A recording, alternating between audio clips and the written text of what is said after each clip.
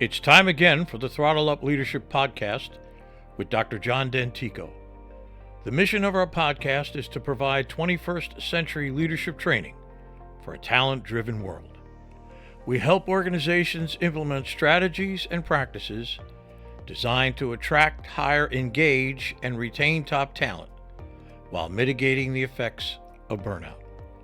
Our guests are experts in various fields of organizational dynamics, including, but not limited to, leadership, management, communication, and coaching. They bring a world of knowledge and solutions to our viewers and listeners. I am sincerely grateful for their participation and ideas. So let's dive in. And if you enjoy our podcast, please like, share, and subscribe. We genuinely appreciate your support. Hello again and welcome to the Throttle Up Leadership Podcast. I am your host, Dr. John Dentico. With me today is Ben Blond. Ben founded the Give a Hope Project in 2014 and has been dedicated to helping individuals and organizations break free from burnout and rediscover their vision. With firsthand experience in corporate America, the nonprofit community, and as a business owner, Ben understands the importance of living a life filled with hope and purpose. Beyond coaching, Ben lives in Smyrna, Georgia, with his wife of 20 years, Elizabeth, and their 4 children, affectionately known as the Blonde Bunch. I am truly pleased that he is here with me today, and I look forward to our conversation. Hello, Ben. How are you? I'm doing fantastic, John. Thanks for having me today. Oh, glad to have you. Always glad to have a new voice in the world find its niche. So, Ben, I like to just dive in, if you will. I'm going to ask this first question. Ben, what inspired you to start the Give Hope Project, and can you describe what the project is really all about?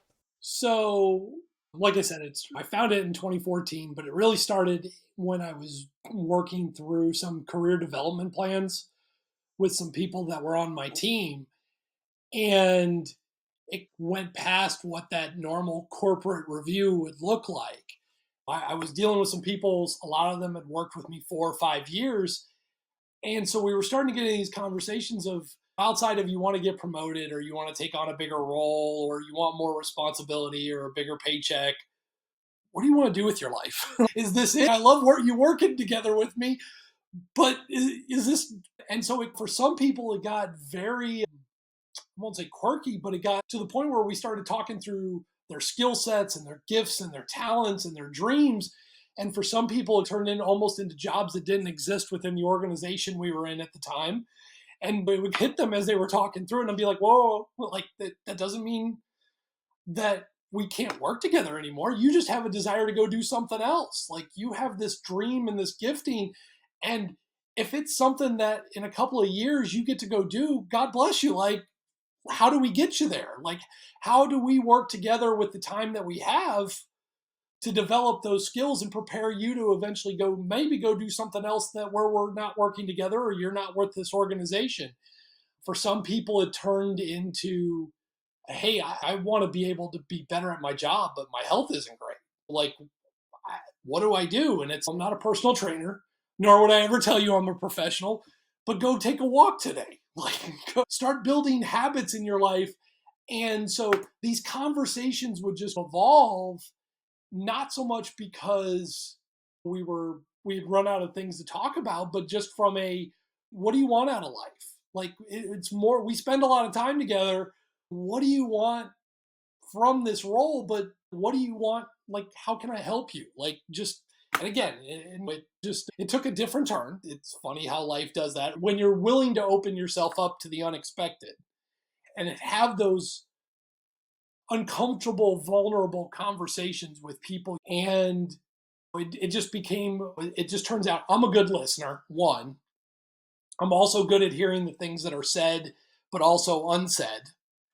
And so the Give Hope Project came from there, where whether it was working with an organization or a leader of a nonprofit or a entrepreneur who's trying to start their business, it really became this piece where I could help them flesh out what it was that they were either trying to get to, what they were trying to say.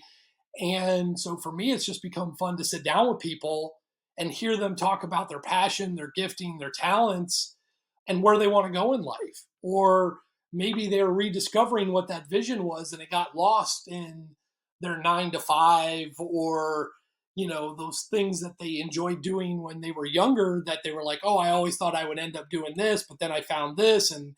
And so that's where it went. And I know that's a lot there. And, it's open with a lot of, for me, it's just sitting down and having conversations with people about their vision, their passion, and really helping them get to that next level. And sometimes rediscovering that course that they let go of maybe 10 years ago. Here you are in 2024 now. It's 10 years later.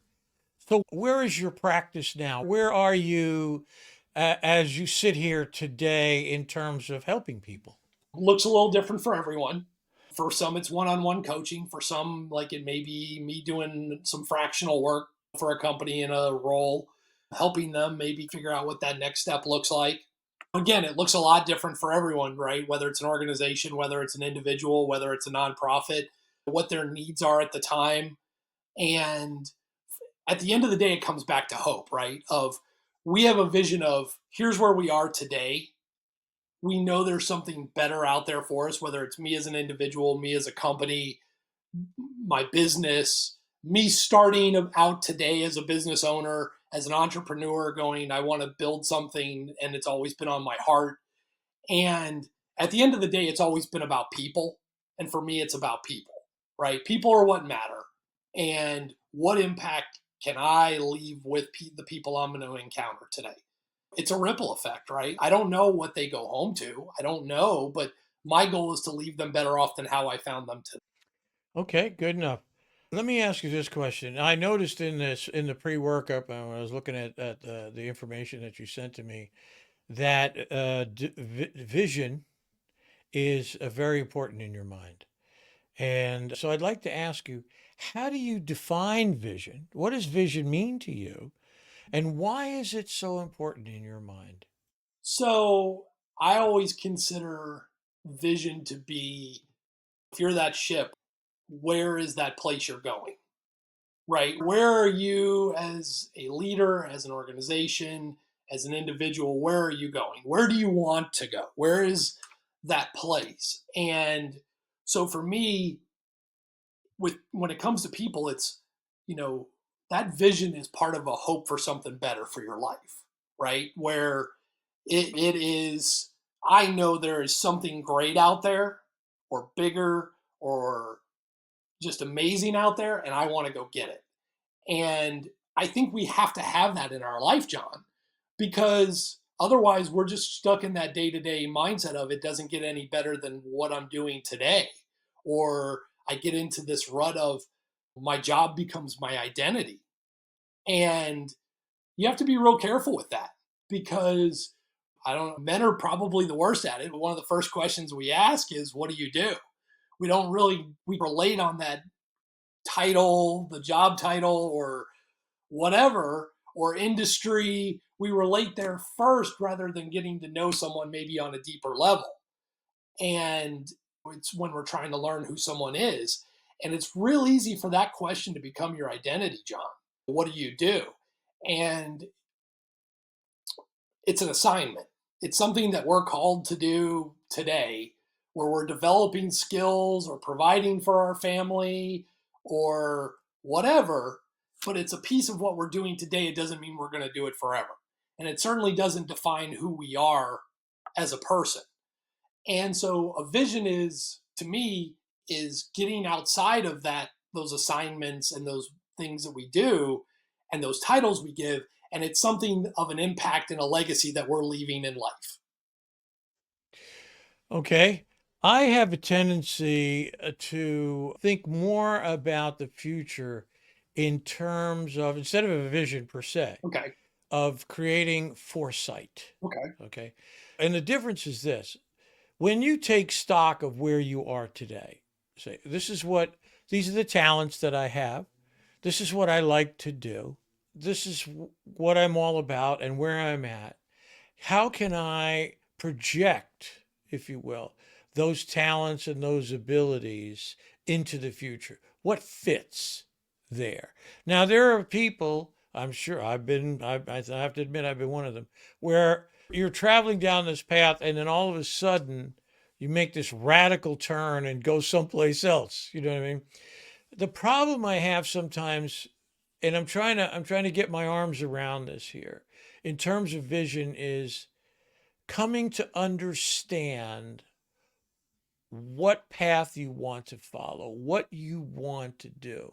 We could talk about vision, but in my mind, I'm trying to arrive with a vision in the sense that I have to understand some things about me now, I think, Right. in order to extrapolate them and look into the future and project them into the future. How do you feel about that? I think that's really important, right? Because you're taking gifting, talent, skills of what you have today and how can that serve me down the road? And you have to have, some idea of what your talents are, whether it's I'm great at sales or I'm great at building marketing plans or developing more, I'm excellent with numbers. And how does that transition from where you are today to doing something else tomorrow? Or how do I make an impact in showing people how to build a business plan or write a business plan or helping them run a better P&L? And how do I use that to serve me, whether it's a bigger role in a business? But it also gives us, right, an inventory of where we either need to develop or find people around us as we build an organization that to say, hey, sales may not be my gifting. I get along with people, but I'm not the guy who goes out and hunts for leads, or like I'm not the guy who maybe closes a deal. And so you either have to get better at those skills or you have to go find the people to work for your organization that have those skills. And it could be, if let's say you're a $5 million business and you have a dream to get to a $25 million business and then eventually scale to 100 million, right? Just as an example. So you know what you've done to build this to 5 million, but now what do you need or what are you missing to get you to that 25 million? And then what are you going to need to be at that skill to get you to 100 million? So I think it is that foresight, John, like where you have to look at what you're good at and what your organization is good at, but then take it with you and carry it to go, what is it going to take me to get to this next step? What do I have to do within me? And in some cases, you have to be willing to admit you're maybe not as good at something as you'd like to believe you be, or you need to go find someone who that is their real gifting and skills and humble yourself as a leader to say, I'm not the expert at that and I need to be able to go do it. Right. I think that's important. You can't be all things to all people. You can try, but you really can't be all things to all people. You can learn things. I always say one of the secrets to life is never be afraid to learn something new. And I think that it's important for people to say, I'm really good at this, but I'm not so good at that, or I don't care about that as much as I should care about that. So to find someone that you could bring on your team, as you say, who really does care about numbers, for example, or really does care about marketing, and to keep you clean, if you will, focused on in a sense where you're going. Yeah. I'd like to ask you this next question because I find this to be so intriguing. I need your help to understand your perspective on working with people to help them get better at being solution minded versus problem identifying. But if we don't identify the problems, in my mind, how can we formulate a solution or pathway to a solution without identifying the problems first? And it may just be the way I understand you expressed it, might be on me, but I'm trying to sort this out, if you will. Okay. And that's fair. And it may be the way I explained it before, or pointed it out. When you identify problems, right, it's one thing to see, okay, this is an issue. Now, you can either sit there and just look at it and let it go, right?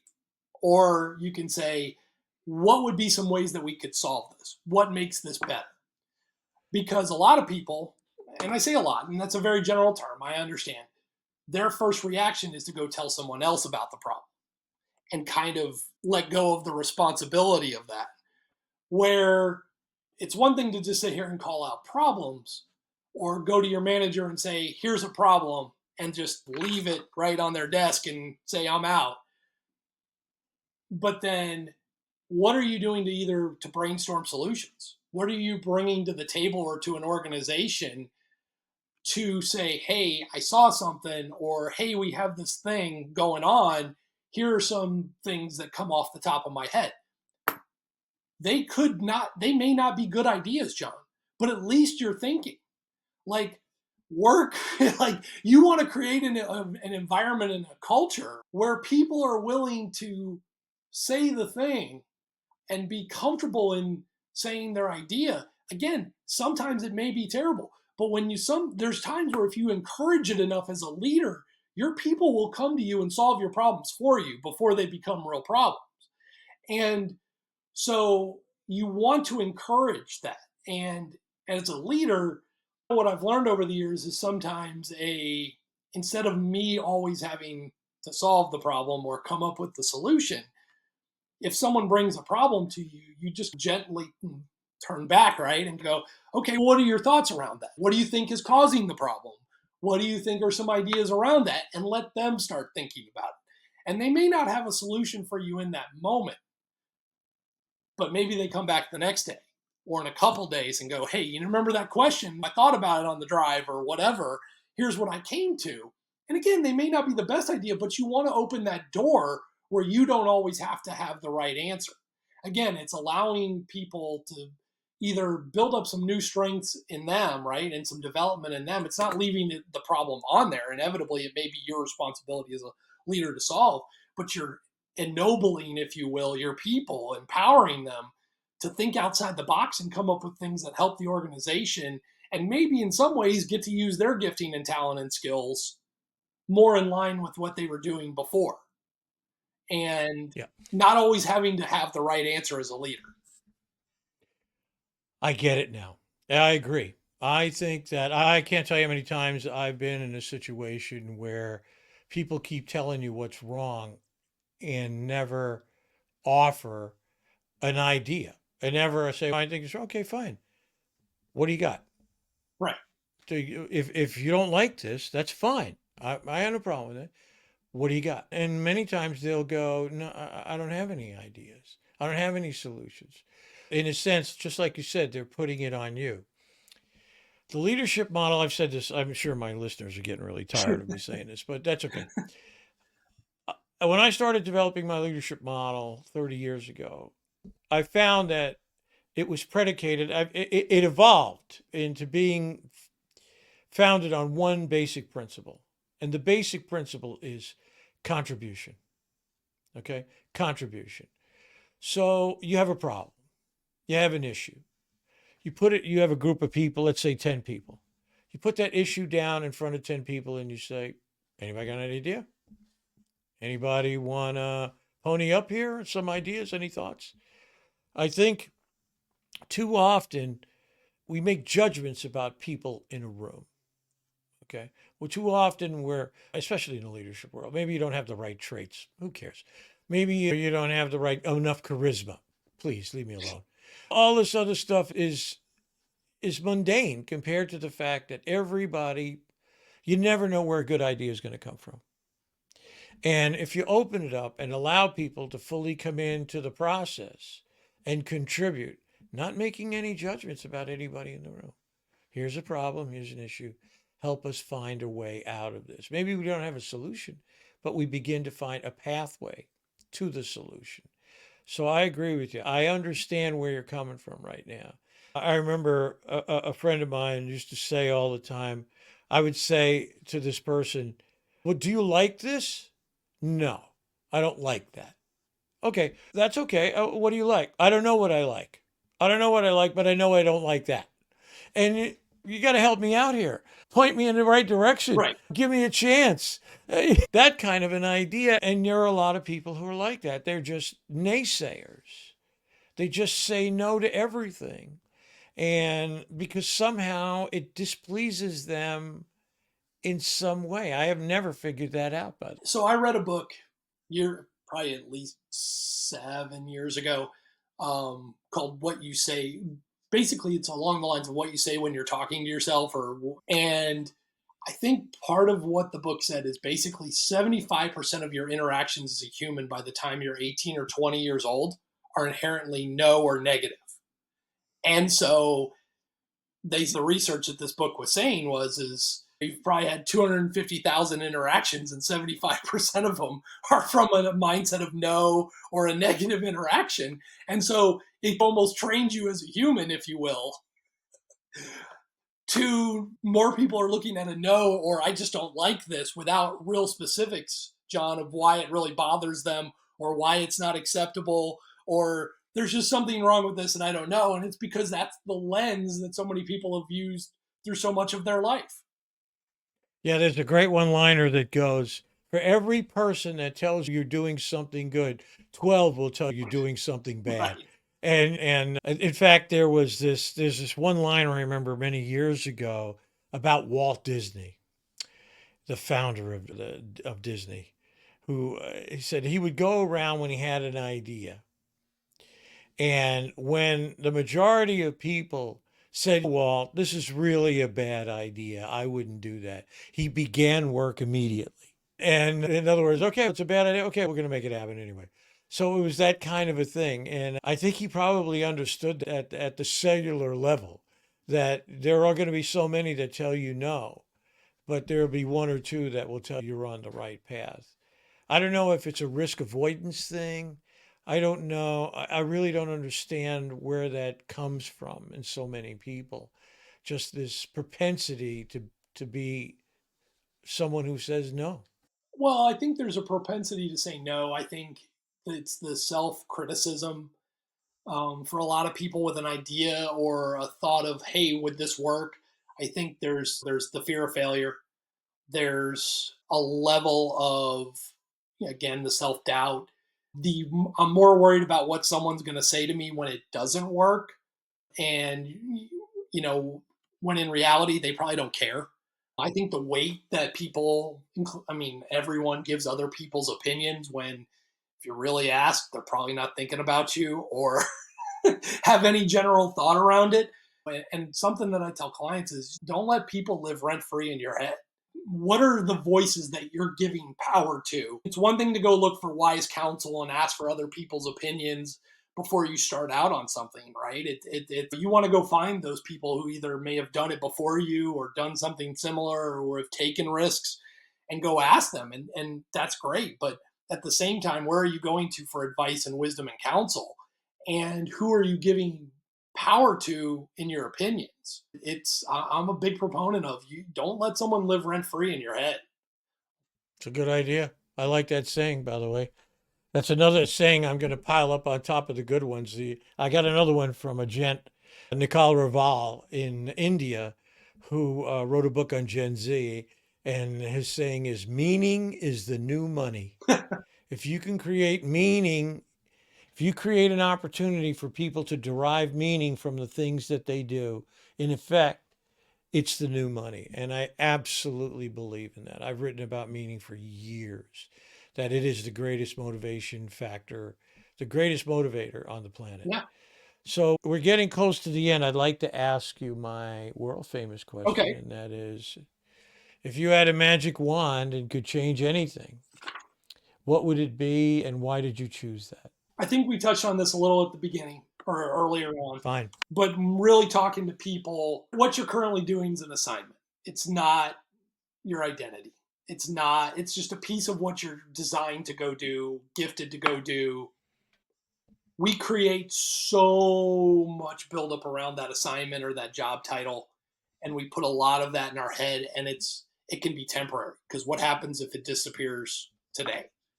And Then who are you? pardon? Right? Who are Then you? who are you? Right. Yeah, that's right. And no, it's absolutely right. Who are you? And you got to remember that these, as so many things in life are temporary, so are the whatever it is you're doing today. And look at the big picture and the legacy that you want to be able to leave at the end of the day. Another one of the big things, and this is one of those ones that's always out there that you'll see. You live in your resume or your eulogy. Are the things that you're doing today going to be said at your eulogy, or is it something that would be printed on your resume? And at the end of the day, which would you rather have? There's going to be days where I have to do things that would go on a resume, but am I doing something that someone would get up there and want to talk about at my eulogy? Great point. Great point. I appreciate that very much. Listen, Ben, thank you so very much for your time today. I really appreciate it. I wish you and the Give Hope Project all the success in the future. Thank you so very much for your time. I wish you all the success. Thank you again. Thank you, John. Thanks for having me.